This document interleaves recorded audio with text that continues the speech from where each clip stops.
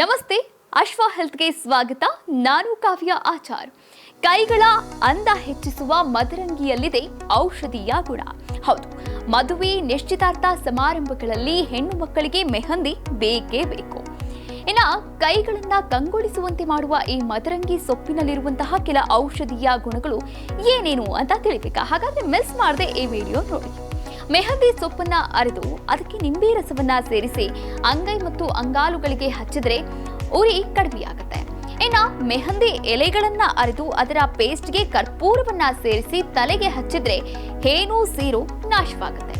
ಹಾಗೆ ಗೋರಂಟಿ ಕಾಯಿಗಳನ್ನ ಚೆನ್ನಾಗಿ ಅರೆದು ಬಿಸಿ ನೀರಲ್ಲಿ ಬೆರೆಸಿ ಕಷಾಯ ಮಾಡಿ ಅದಕ್ಕೆ 25 ಗ್ರಾಂ ನೀಲಿ ದ್ರಾಕ್ಷಿ ಹಾಕಿ ನುಣ್ಣಗೆ ರುಬ್ಬಿಕೊಂಡು ತಲೆಗೆ ಹಚ್ಚಿ ಸ್ನಾನವನ್ನ ಮಾಡಿದ್ರೆ ಬಿಳಿ ಕೂದಲು ಕೂಡ ಕಡಿಮೆ ಆಗುತ್ತೆ.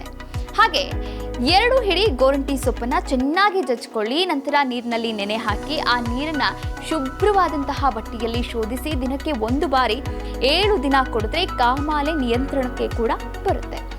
ಇನ್ನು ಮದರಂಗಿ ಎಲೆಯ ರಸಕ್ಕೆ ಚಿಟಿಕೆ ಸುಣ್ಣವನ್ನ ಬೆರೆಸಿ ಸೇವನೆ ಮಾಡಿದ್ರೆ ತಲೆ ಸುತ್ತು ಕೂಡ ಕಡಿಮೆಯಾಗುತ್ತೆ. ಹಾಗೆ ಗೋರಂಟಿ ಬೀಜದ ಪುಡಿಗೆ ಶುದ್ಧವಾದಂತಹ ಜೇನನ್ನ ಬೆರೆಸಿ ಸೇವನೆ ಮಾಡಿದ್ರೆ ತಲೆ ಸುತ್ತು ಕೂಡ ಕಡಿಮೆಯಾಗುತ್ತೆ.